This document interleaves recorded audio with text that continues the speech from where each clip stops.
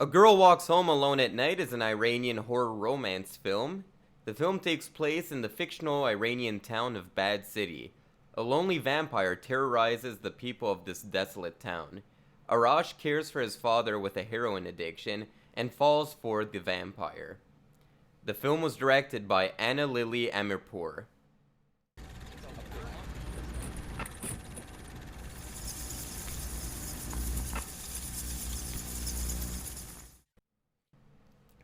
Howdy folks, welcome back to Garage Vampireathon, where every day for the month of October, we revisit a vampire movie. We're nearing the end here, guys. Today we're talking about A Girl Walks Home Alone at Night. This movie has been on my watch list for quite a while because I remember when it came out, it was the big hubbub. Everyone was going wild over this movie. It was like that indie darling. While it is an Iranian movie, it was actually shot in the United States.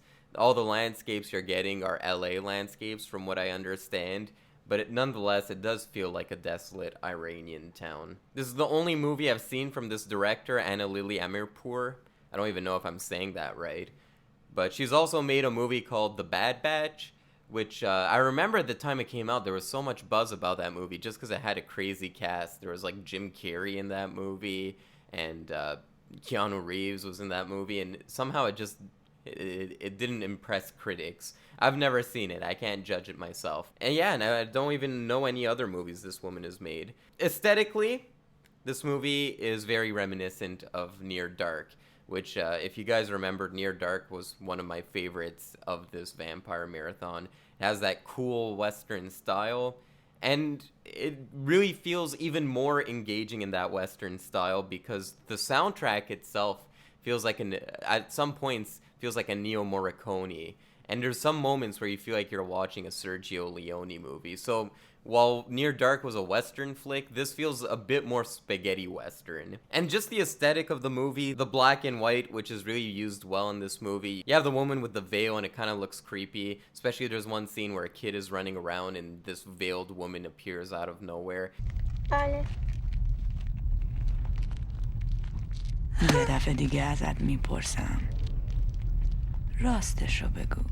Gives like kind of this shadowy appearance that kind of creeps you out. And then other little details as well. One of the characters, he's a pimp and he has like the tattoo here, sex, and he has a bunch of tattoos all over his body and piercings as well. I just like the aesthetic of this movie. And it follows Near Dark not only in its aesthetic, but also in its feel and its story. I said back in my Near Dark review that Near Dark is one of those movies that would lend itself well to a remake because there are some elements of Near Dark that are a product of its time, and I like it for that reason, but I do feel like it's such a universal story that I think it would captivate people who are younger today. And I think this is the remake of Near Dark that I was imagining in my head when I said that. Because this is about this forbidden romance in a desolate city. The romance really works in here in the same way that the romance really worked in Near Dark. Especially this one scene where your protagonist, Arash, goes to this woman's apartment and there's a disco ball spinning around. He spins around a disco ball and you have these lights that are going around the room, again in this beautiful black and white scenery. And they're approaching to kiss each other. And it's just this super long drawn out scene where you're like, they're going to kiss each other. One's a vampire, one's a human. Is the vampire gonna bite the neck of the human? Are they gonna kiss? What's gonna happen? And you're just like on the edge of your seat. And I think they used the whole fucking song in that scene. That's how fucking drawn out that scene was. But it really worked.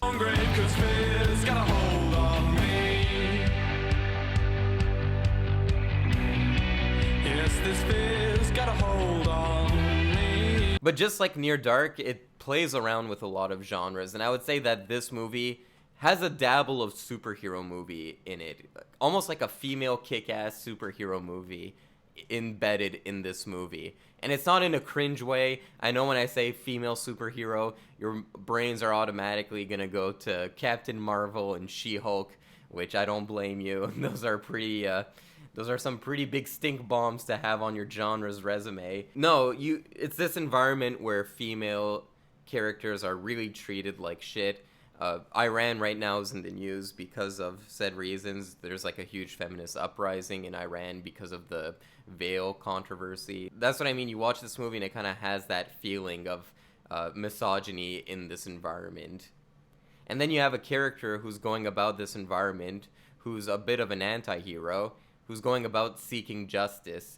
Every time she saves someone, it's always a female that's being abused by a male. And just the imagery itself of a woman in a veil skateboarding is something you don't really see all that often, because skateboarding is associated with more male demographic. So you have this woman who's veiled skateboarding, and it really makes for some interesting scenery as this woman is skateboarding down a hill with her veil blowing in the wind.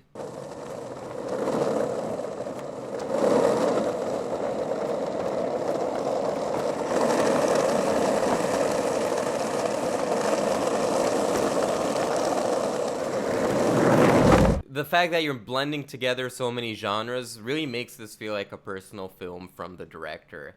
At times it feels like Rebel Without a Cause when it comes to that teenage romance feel. The Arash character is always wearing that white t-shirt with the jeans, and he's always driving this retro vehicle. Then, like I said, you got spaghetti westerns thrown in, you got Near Dark in this, but it really meshes all together really well.